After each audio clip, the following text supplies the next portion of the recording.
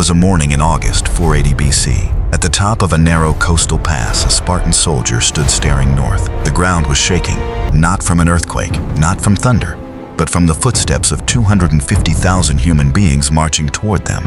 Dust rose like a massive cloud, blotting out the entire horizon. The pounding of drums, the thunder of horses, the crash of metal on metal roared like a storm.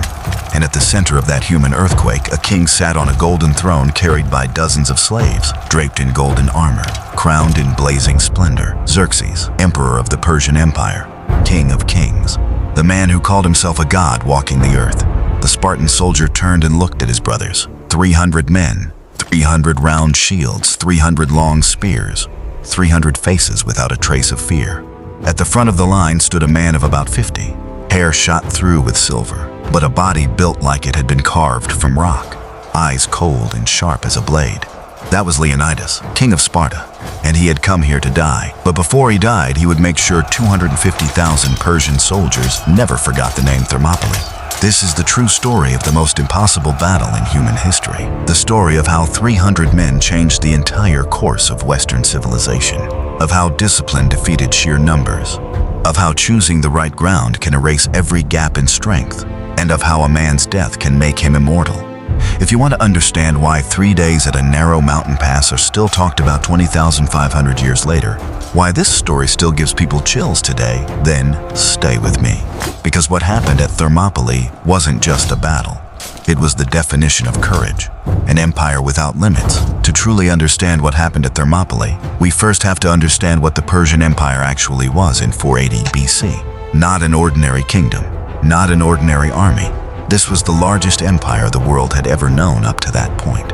From the shores of the Mediterranean to the borders of India, from the deserts of Egypt to the steppes of Central Asia, over 8 million square miles under a single banner, tens of millions of people under a single command. And the man holding that command was Xerxes.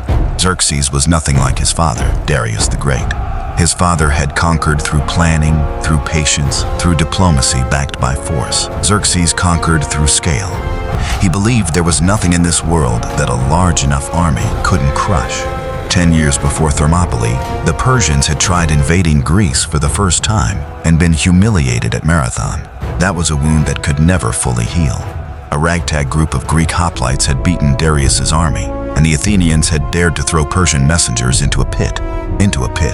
The emperor's messengers, the messengers of a living god. Xerxes couldn't let that stand. He spent a decade preparing, not thousands of soldiers, not tens of thousands. He wanted an army so massive that the Greeks would drop their weapons on sight without a single blow being thrown. According to the historian Herodotus, that number was 2.6 million. Modern scholars consider that a massive exaggeration. But even the most conservative estimates put the force at somewhere between 150,000 and 300,000, plus a naval fleet of over 1,200 warships. When that army crossed the Hellespont on a colossal pontoon bridge made from 674 lashed-together ships, the march took 7 days and 7 nights. 7 days, non-stop, just to cross a strait. Ahead of them lay Greece, fragmented, divided, small, with a total population across the entire peninsula of less than 3 million. Most city-states quickly surrendered or stayed neutral when word spread that the Persian army was coming. Who could blame them? Fighting those numbers was suicide, except for 2 city-states, Athens and Sparta. Men of Iron Sparta wasn't a city. Sparta was a war machine disguised as a city. From the moment of birth, Spartans were evaluated. The elders of the city-state would examine every newborn. If the child was weak, deformed, or below standard, the baby was left on Mount Apothetai. Only the healthy survived. From the very first moment of life, a Spartan had already passed the first test. Then came age 7. At 7 years old, in every other culture in the world at that time, a child was still clinging to their mother. But in Sparta, 7 was the age when the state came knocking and took the child away. No discussion, no negotiation, no crying, because crying was shameful. And so began the agoge, 23 years of relentless forging.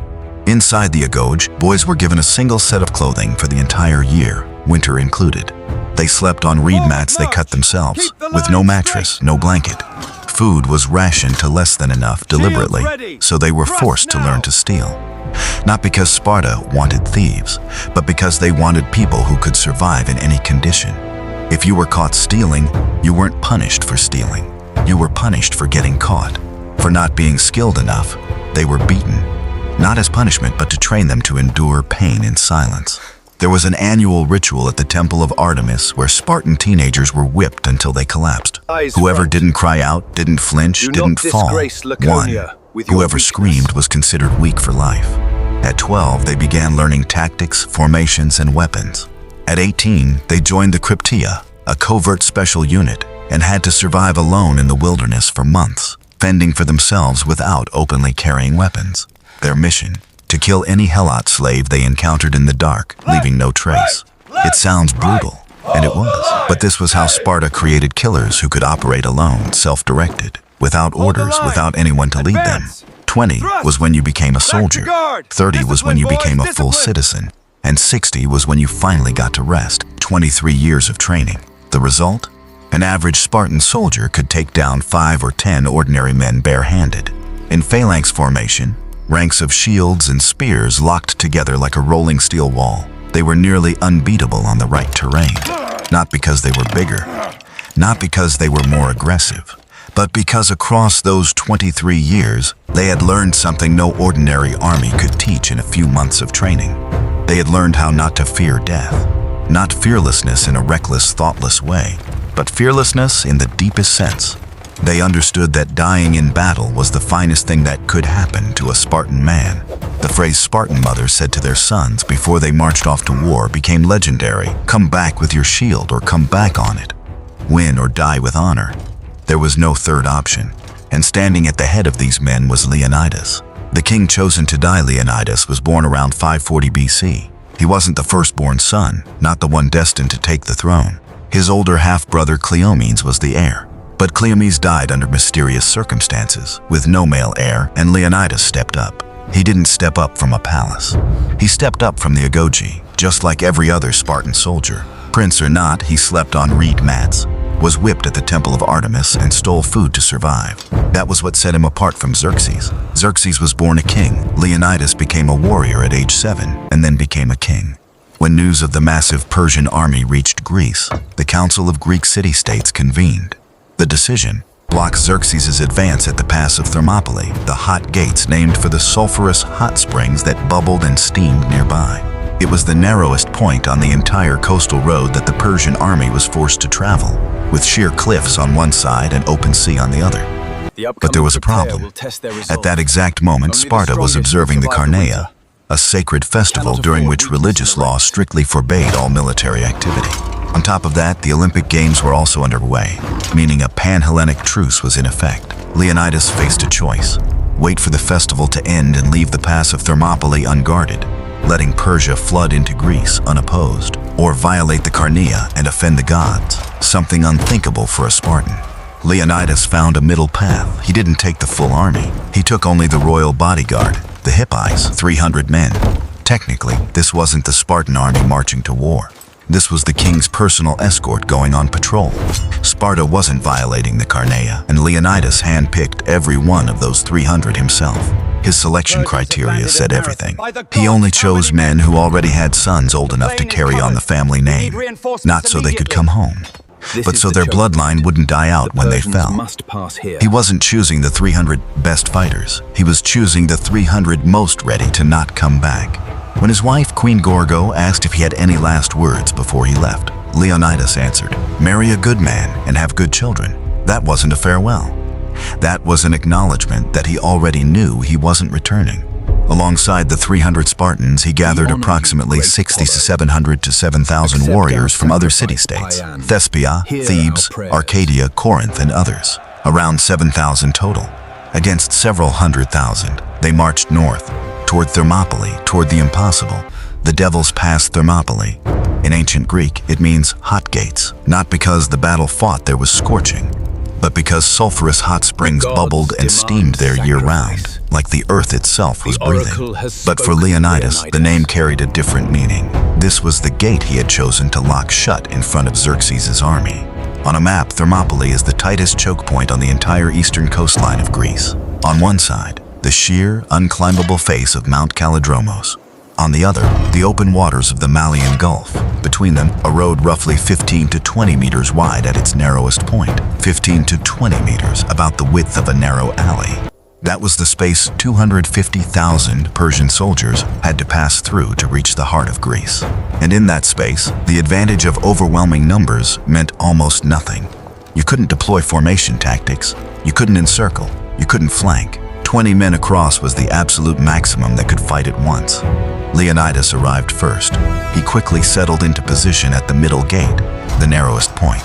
The Phocians had built an old stone wall there years before. Leonidas ordered it repaired and reinforced. Then he got word. Xerxes had arrived and he was waiting. Xerxes waited 4 days. 4 days, he sent scouts to observe and couldn't believe what he heard back. There were 7,000 Greeks blocking the road of his army, hundreds of thousands strong. And they were not running? Xerxes sent observers closer. The report he received back left him baffled. The Spartan soldiers were combing their hair before a battle, calm as if they were preparing for a festival. He turned to his advisor, Demaratos, a former Spartan king living in exile at the Persian court. What is this? They're not afraid, Demaratos explained with a candor Xerxes probably didn't want to hear. This is the Spartan custom. When they're preparing to risk their lives in battle, they groom their hair. This is the sign that they will not retreat. Xerxes sent a messenger. The standard offer, lay down your arms, kneel and live, resist and die. Leonidas replied in 4 words. 4 words in ancient Greek that have echoed through history ever since. Molon lebe, come and take them. Day 1, the steel wall. Xerxes ran out of patience on the 5th day. He ordered an attack. The Medes and Scythians went first. Not his best troops, but more than enough to sweep aside a small force. He even gave orders to take the Greeks alive and bring them to him. Don't kill them, capture them. That was Xerxes' first mistake. The Persian forces moved into the pass. Tens of thousands of men jammed into the narrow corridor, and then they hit the Spartan shield wall, the phalanx. A solid line of massive bronze round shields locked edge to edge without a gap. Above them, a forest of 8-foot spears jutting forward. From behind, the second rank pressed into the first, generating enormous collective force. The entire formation moved as a single organism, breathing together, stepping together. The Persians, armed with shorter spears and lighter shields, charged in and were shoved back, not because the Spartans were bigger or stronger. This was pure physics. In a narrow space, a locked wall of shields standing firm will defeat a crowd charging into it every single time. Spartan spears had greater reach than Persian weapons. Before the Persians got close enough to strike, Spartan spears were already going through them. The Spartans didn't just stand and absorb, they counter-drove. The phalanx surged forward a step, sending Persians tumbling over each other, then withdrew back into perfect formation. Then surged again, then withdrew, rhythmic as a machine harvesting grain. And when a front-rank Spartan tired, he rotated to the rear without breaking the formation, letting a fresher man step up seamlessly. Flawless, no chaos. Persians died in waves. Xerxes sat on his golden throne watching the pass below, and for the first time in his life reportedly stood up 3 times in fear and alarm, watching his army get ground down by a force 20 times smaller. By the end of day 1, hundreds of Persian corpses littered the pass. Greek losses were minimal. Secure the breach. Every stone must hold against the Persian tide. Day 2, the Immortals aren't immortal. On day 2, Xerxes played his best card. The Immortals, Athenatoi, the Empire's elite 10,000-man force. They earned the name Immortals because whenever one of them fell, another was immediately brought in to replace him, keeping the count at exactly 10,000, never depleted. As if they truly couldn't die. Throughout every campaign from Asia to Greece, they had never been defeated. Until that day, the Immortals moved into Thermopylae and ran straight into the Spartan shield wall. But Leonidas didn't just hold a static line. He used a tactic that left the Persians completely disoriented, a fake retreat. The entire Spartan line suddenly broke and ran. The Persians erupted, chasing, screaming, triumphant. An enemy running means victory. Chase them down. And when enough Persians had crammed into the pass, howling and swinging their weapons, the Spartans turned around. In an instant, the phalanx snapped back together perfectly.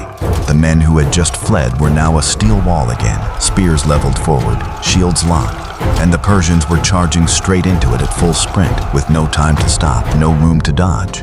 Bodies piled in the throat of the pass. The Immortals failed. When news of it reached Xerxes, he said nothing. Those around him later reported that he sat in silence for a long time, not furious, not shouting. Silence, and that was the most dangerous sign of all. That night, nobody in the Persian camp slept well. The traitor on the night between day 2 and day 3, a Greek man crept into the Persian camp. His name was Ephialtes, a local from the Malis region, living near Thermopylae, and he knew something that no one else wanted Xerxes to know. There was another way around, a mountain trail winding through dense forest, looping past the pass of Thermopylae and emerging behind the Greek position. Forward! The trail had existed forever. The locals all knew it. Leonidas knew it too, and had stationed 1,000 Phocian soldiers there to guard it. But Ephialtes wanted money, wanted power, wanted a reward from the great king, and he was willing to hand over Greece to get it. Xerxes listened. His face lit up. He gave the order immediately.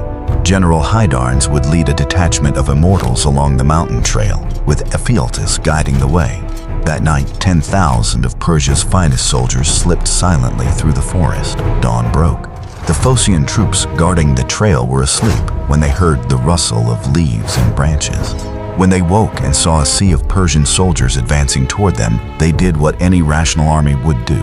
They pulled back to higher ground to make a stand. It was a reasonable decision, but it left the trail completely open. Hydarnes pressed forward toward the rear of Leonidas's position. The war council at dawn. When news of the betrayal and the outflanking route reached Leonidas at dawn, he immediately called a war council. Everyone knew what it meant. If the Persians came around behind them, the entire Greek force would be surrounded. No escape route. No second chances. Only death. Leonidas ordered the bulk of the army to withdraw. The 7,000, soldiers from Arcadia, Corinth, Thebes, and all the other city-states, were to pull back south, preserving their strength to fight another day. He explained it clearly. This wasn't cowardice, it was strategy. Greece needed those men alive. But who would stay behind? Who would cover the retreat for those 7,000? Nobody was ordered to stay. Leonidas didn't issue a command. He simply announced that he and his 300 Spartans would remain, and then others volunteered. 700 soldiers from Thespiae, the small city of Thespiae that sat directly behind Thermopylae, declared they were staying. Their city would be the first target if the pass fell.